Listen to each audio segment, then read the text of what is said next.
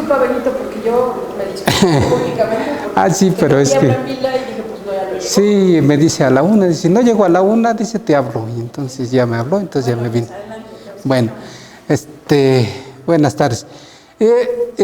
Nuestro estudio de las derivadas fraccionarias comenzó con un proyecto de Pemex sobre modelación del déficit de presión en yacimientos con cierta estructura. Entonces, los yacimientos generalmente que se modelaban, se suponía que tenían una estructura geométrica euclidiana. Se da en los años 60, se empieza con trabajos O'Shaughnessy pues ya hizo trabajos de los años 30, ¿no? Pero realmente el impacto, o sea, se siguió modelando como geométricamente, el suponer que tiene estructura geométrica el yacimiento. Entonces se da cuenta que no y tratan de reflejar, porque los yacimientos tienen algún tipo de estructura que no es precisamente euclidiana. Entonces se tratan de buscar qué es lo que hace que el déficit de presión no se comporten en una manera clásica. Entonces, pues le encargaron a Fernando un proyecto para hacer esa modelación. El doctor Camacho de la Facultad de Ingeniería y de Pemex, pues también ya había hecho trabajos. Y lo que se hizo fue, lo que nos encargaron fue hacer un modelo con derivadas parciales fraccionarias. El problema es que no sabíamos nosotros qué eran las derivadas parciales fraccionarias y ni sabíamos cómo se reflejaba el orden, cuál era el orden de una derivada fraccionaria. Entonces, bueno, en realidad lo que se hizo al principio fue simplemente plantear las ecuaciones y luego se hizo lo que llaman una interpolación de orden, que simplemente era poner el orden como un parámetro, el orden de la derivada. Y ahí pues los de Pemex pues la anduvieron cuchareando y pues ya les funcionó. El proyecto duró pues unos 2 años y pues se terminó bien el proyecto sin ningún problema. Entonces el problema que nos quedó a nosotros es qué significaban los órdenes de las derivadas. De hecho, ¿qué significa? O sea, hay un significado claro en derivadas fraccionarias enteras, ¿no? Si tienes una derivada fraccionaria, pues sabes qué es la primera derivada, qué es la segunda derivada, ¿sí? Queda más o menos claro. Entonces aquí como se empieza a trabajar, dice, bueno, ¿qué significa ser media derivada o un cuarto derivada, cualquier cosa de ese estilo? Entonces sí, pues ya investigando, pues nos damos cuenta que el problema no es nuevo, que realmente las derivadas de orden fraccionario nacieron al mismo tiempo que las derivadas de orden, las derivadas clásicas de orden entero. Entonces, cuando, de hecho, en la carta que está fechada del L'Hopital a Leibniz, con la anotación de Leibniz, porque fue la que dio origen a esta duda, se preguntó Leibniz, L'Hopital a Leibniz, qué significaba si en lugar de un entero le ponía un medio. Esa fue la pregunta aparentemente inocente de L'Hopital a Leibniz. Con notación de Newton, pues yo creo que era imposible haberse preguntado qué significaba esto. Trabajó L'Hopital, trabajó Leibniz en este sentido y pudo al menos definir una derivada, lo que llama la derivada de un medio. Lo trató de resolver trabajando sobre funciones de tipo, pues la más fácil que era, pues era la exponencial, porque ahí había claro que si tienes a lambda x, pues se reflejaba en un coeficiente las siguientes derivadas. Entonces se quedó esto, pero se quedó ya la duda, y a lo largo del tiempo, pues muchas personas estuvieron trabajando en ese problema. De hecho, Euler fue el primero que dio el cálculo de una derivada y lo hizo ya usando para ello, inventando la función gamma para generalizar el factorial, es como cuando serían factoriales, cuando así vas haciendo derivadas enteras, te van saliendo primera derivada y así te van saliendo factoriales, ¿no? Entonces dice, bueno, ¿qué significa, qué podía hacer para generalizarla? Pues hizo esta parte y esta función gamma va a ser parte fundamental de las definiciones de derivadas de orden fraccionario. Entonces, pues siguieron trabajando, después de Euler le dio, pues muchas personas del siglo XIX, con diferentes métodos, ¿no? Por ejemplo, Lacroix, bueno, inventa prácticamente la palabra derivada fraccionaria, no había, no existía el nombre, el derivada de orden fraccionario, ahora se pueden llamar derivadas de orden arbitrario, etcétera. Y Fourier, en su teoría analítica del calor, ahí dedica 2 paginitas a hacer el cálculo de una derivada de orden fraccionario vía series de Fourier. Se da cuenta que las derivadas de las primeras, las derivadas de las funciones seno-coseno son solo desplazamientos.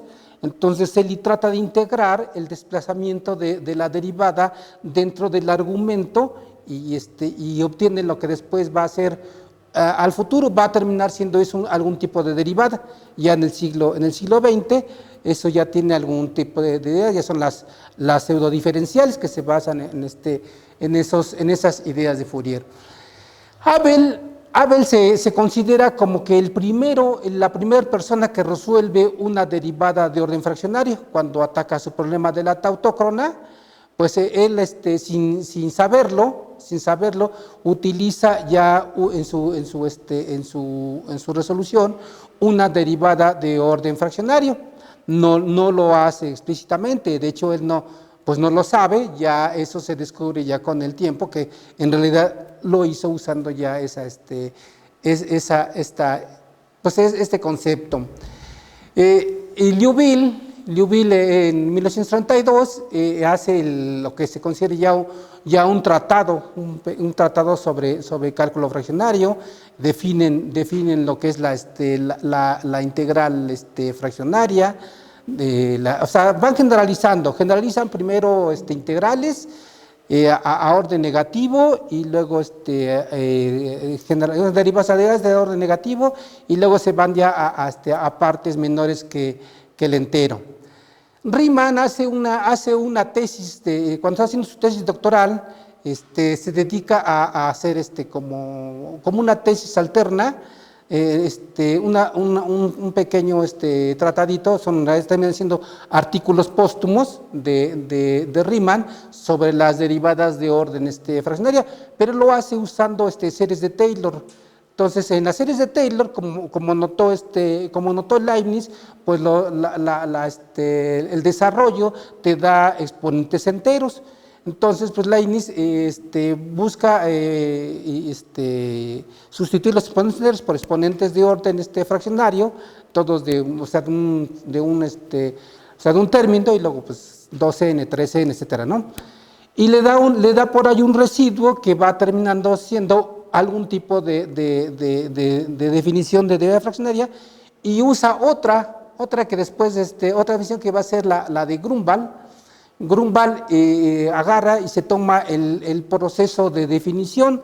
Cuando uno usa, está uno aprendiendo el cálculo, pues te da f de x más h menos f de x entre h. Y entonces hace una iteración de segunda, tercera de ese tipo, y encuentra que bajo ciertas condiciones eso lo puede expresar como una integral. Entonces se regresa y entonces tiene ya una derivada generalizada y también una integral generalizada, y eso lo usa en lugar de, como le van dando exponentes, coeficientes binomiales, pues ya con los coeficientes binomiales los expresa en términos de la función gamma que había descubierto Euler, y da su definición, que es una definición ya más que se queda hasta ahorita, porque esa definición de Grunwald te permite después hacer cálculos numéricos. Como tienes f de x, o sea, tienes pues una suma, que es la suma que te da cuando haces iteraciones de derivadas, te da una sumita con coeficientes binomiales donde va cambiando el signo. Entonces, simplemente, bueno, dices, el término de coeficiente binomial, pues podemos, que es n en k, pues lo podemos generalizar a cuando n es un número, de hecho es un número complejo. De hecho, generalizan, con esa definición, generaliza las derivadas de orden arbitrario, real o complejo. Ya casi final del siglo XIX, Sonin y Letnikov trabajan con Cauchy, ya que Cauchy trabaja en su fórmula de Cauchy de contorno, en términos de integral, de residuo, y entonces Sonin y Letnikov independientemente descubren la fórmula, una formulita que va a ser la integral de Riemann-Liouville de orden arbitrario. Se siguen así, llegamos ya al siglo XX, y en el siglo XX pues ya trabajan muchas personas, van haciendo trabajos más o menos aislados. Trabajos aislados hacen en Heaviside. Weil también tiene una definición. Levy es importante porque Levy cuando trabaja sus vuelos, los vuelos de Levy, esos vuelos de Levy van a ser después importantes porque los vuelos de Levy te van a permitir una interpretación de las derivadas, al menos en problemas de difusión. En problemas de difusión va a ser importante, bueno, también los problemas de Levy, luego Hardy también tiene demostración. Sigmund hace unos cálculos de integrales de orden arbitrario.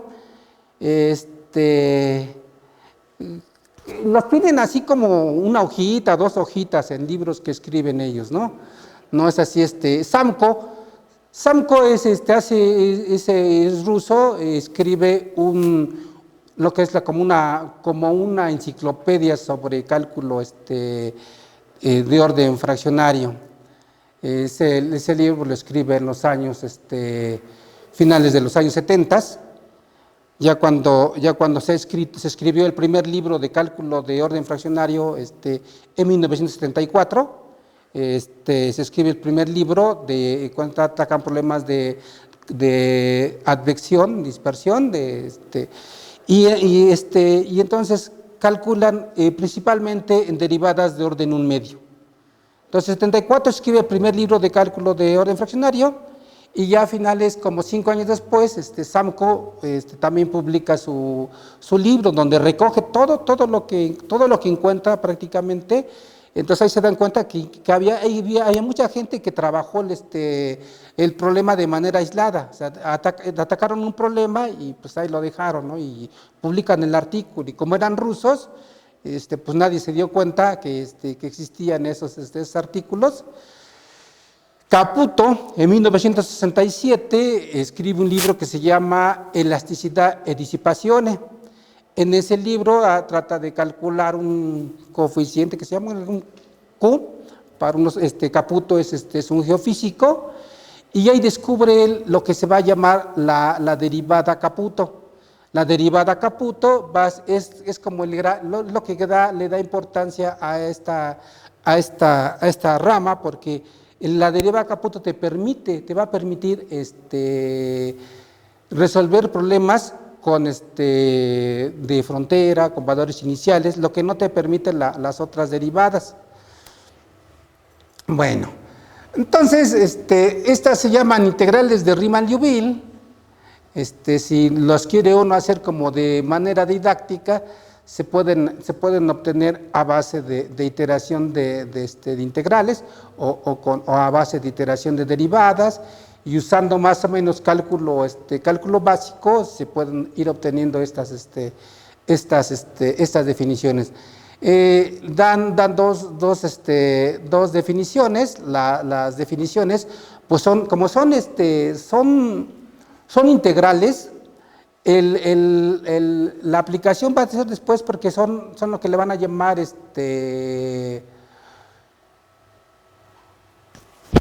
como van a atacar problemas que donde el efecto no sea local. Entonces, problemas donde el efecto no sea local, entonces por eso quedan calculados como una derivada, como una integral.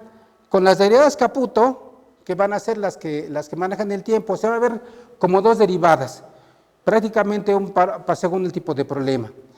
Entonces, estas es las integrales fraccionarias como que son las bases de todo, porque todas las demás derivadas se van a ir pudiendo calcular en base a estas integrales. De hecho, son como dos integrales, una del lado izquierdo y otra del lado integral del lado derecho, dependiendo de dónde te quede, digamos, la variable. Y en base a eso, pues se definen ya las derivadas, lo que llaman las derivadas fraccionales, las fraccionales de Riemann-Liouville. Riemann-Liouville ya las descubre, ya hace el tratadito sobre cálculo de orden fraccionario, pero le dan crédito a Riemann porque fue el primero que la hizo, aunque la publicación del trabajo de Riemann fue como 20, 30 años después que el de Liouville. O sea, ya se había muerto Riemann, y después andan buscando ahí en sus papeles y se dan cuenta que él ya lo había hecho. Entonces, por eso se les queda ya como integrales y derivadas de Riemann-Liouville. Entonces, pues se calcula primero una integral y después se calcula la derivada. Entonces, aquí se va digamos, aquí se va como al techo, y después, calcula con la integral. De esta manera, que quisieras calcular derivada a un medio, le pedirías que fuera al menos derivable. ¿Sí? La definición Caputo, por ejemplo, ahorita vamos a ver esa definición Caputo, no te pide que sea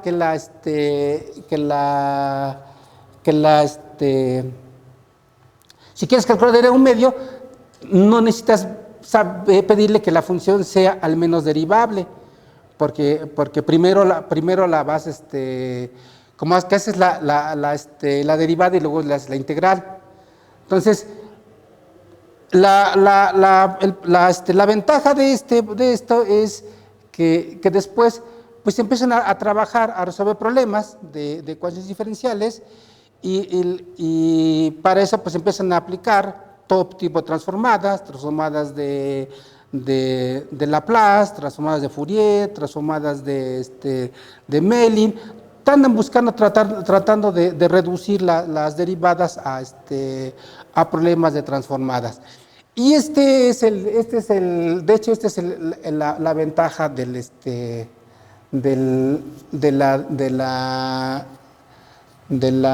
las transformadas, que por ejemplo en el problema de Caputo, pues solo le pedías con esa fórmula tan sencilla podías calcular resolver al menos la derivada que quería Caputo. O sea, Caputo estaba trabajando unos problemas de sismología, alguna cosa de esas. Después Caputo termina trabajando ahorita en Estados Unidos, está trabajando sobre problemas de finanzas, porque se le empieza a aplicar a todo tipo de problemas donde se puedan, donde haya problemas de Caputo lo usa lo que le llama concepto de memoria. Entonces hay fenómenos que se llaman fenómenos de memoria. Los fenómenos de memoria, dice, pues son donde el objeto, o sea, de hecho no son fenómenos ya como reproducibles. Si tú echas ácido en una roca, pues ya la roca, esa parte ya queda dañada, entonces ahí puede abrir poros o puede cerrarlos, pero ya no es la misma, entonces ahí tiene un efecto de memoria. Y en todo lo que anda buscando efectos de memoria, ese es el modelo que va a aplicar, la derivada Caputo. Por eso es efectos de memoria en el tiempo o efectos de memoria en la estructura espacial. En la estructura espacial, por ejemplo, Fernando Brambilla, pues tenían trabajos sobre fractales en el suelo. Entonces, pues, a ver, tienes el suelo, dice, pues no puedes saber qué estructura tiene, pero eso afecta cómo se mueven los fluidos, cómo se mueve el gas, cómo se mueve cualquier cosa. Y esa es una parte que resolvieron como en los años 90, los años 90.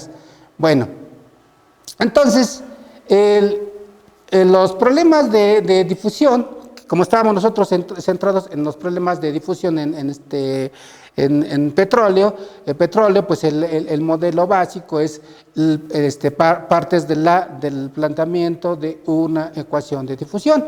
Entonces se planteaba la difusión clásica y se metían por ahí todos los parámetros de porosidad, permeabilidad, etcétera, ¿no? Se resolvían y ya más o menos se ajustaban. De hecho, el doctor Camacho pues decía que aunque ellos resolvieron un problema para pozos tipo México, los paquetes que tenían para resolver el problema ya estaba el contrato sobre esos paquetes y había que utilizarlos. Entonces, pues nada más fueron haciendo su trabajo prácticamente de manera teórica, que después lo estaban utilizando en otros lados. Y bueno, entonces, el escalamiento de un problema de difusión tiene esa forma, ¿no? Tienes lo que llamamos la media cuadrada, el segundo momento, te da termina siendo como proporcional a una potencia. Entonces, esa es la base en los problemas de difusión. Entonces, si gamma es 1, pues te da la difusión normal, y esa se resuelve vía funciones de Green, etcétera, la resuelves y te da un tipo de gaussiana, ¿no? Entonces, pues se da cuenta, te das cuando los valores no son 1, pues te da otro tipo de fenómenos. Para gamma mayor que 1, te da los que van a llamar fenómenos superdifusivos, y para gamma menor que 1, los fenómenos subdifusivos.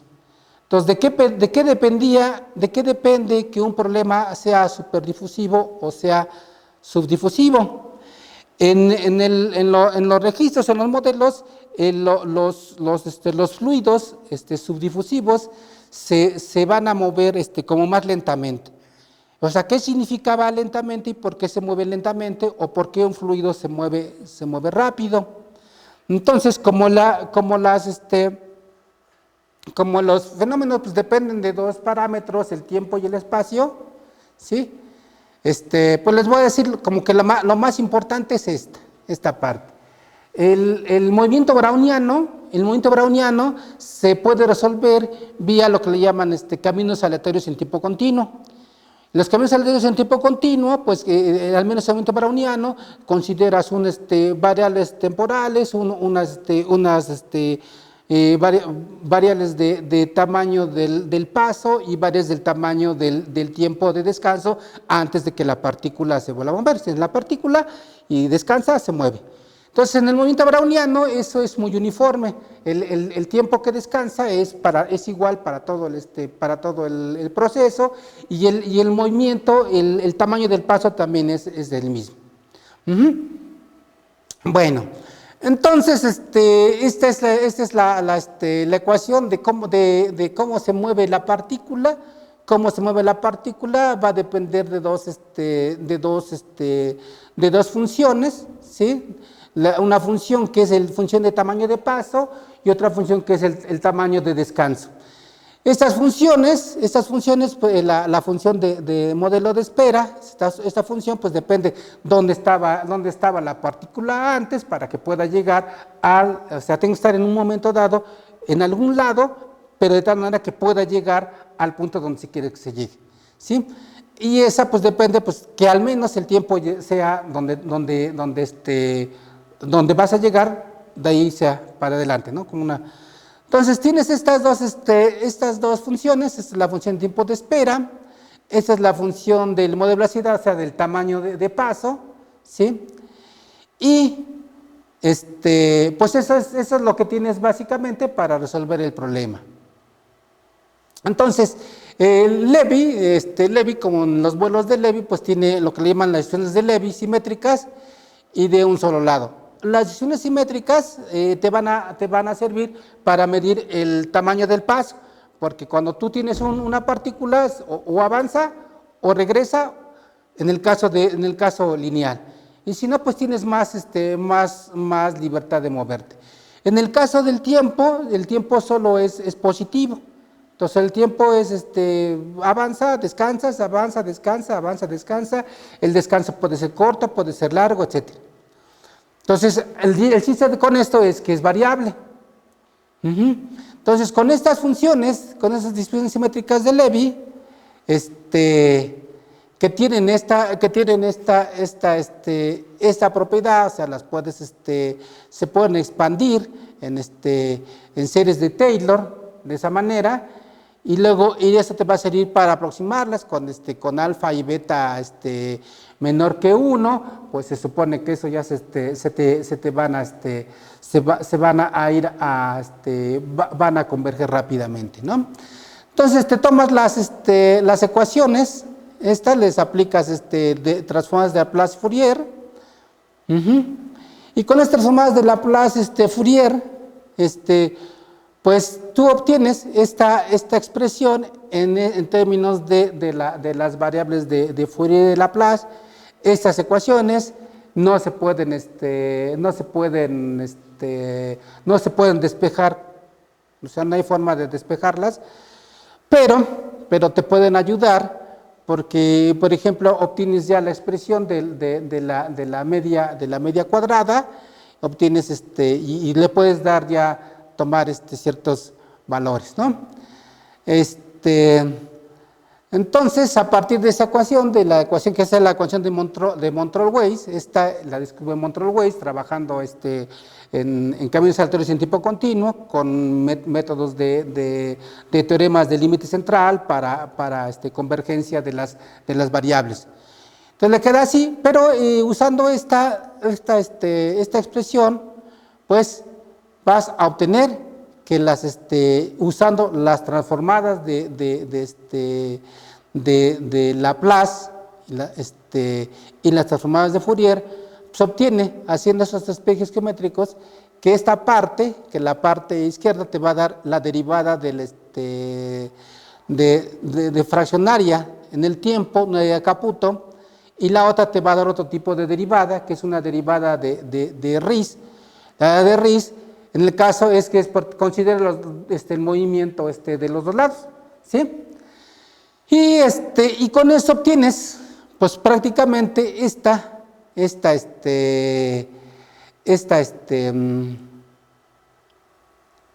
expresión de una ecuación de difusión con términos fraccionarios, donde el término alfa, el término me equivoqué, sí, el término beta te da el orden del tiempo.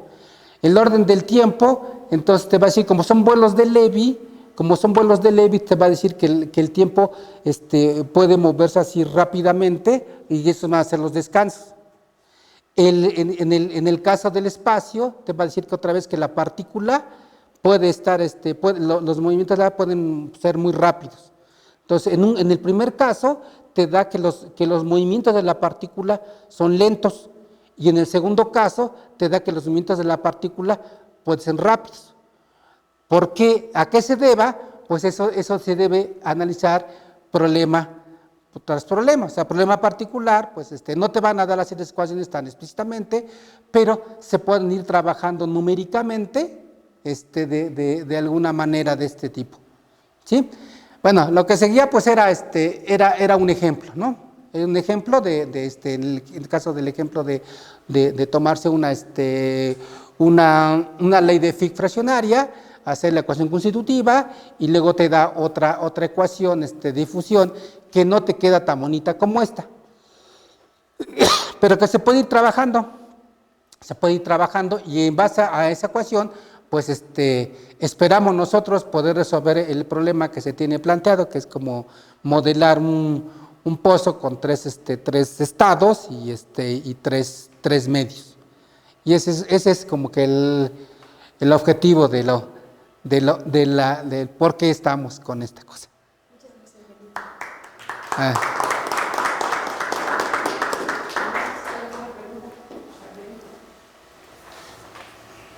Bueno, pues entonces te agradecemos mucho. Y Gracias, mucho gusto. saludas a Es que Fer. me dijo Úrsula, pero dijo, pues yo no la, No la conozco. la conozco. Es que también yo me dice, sí, no lo vi, pues ya Víctor hablando.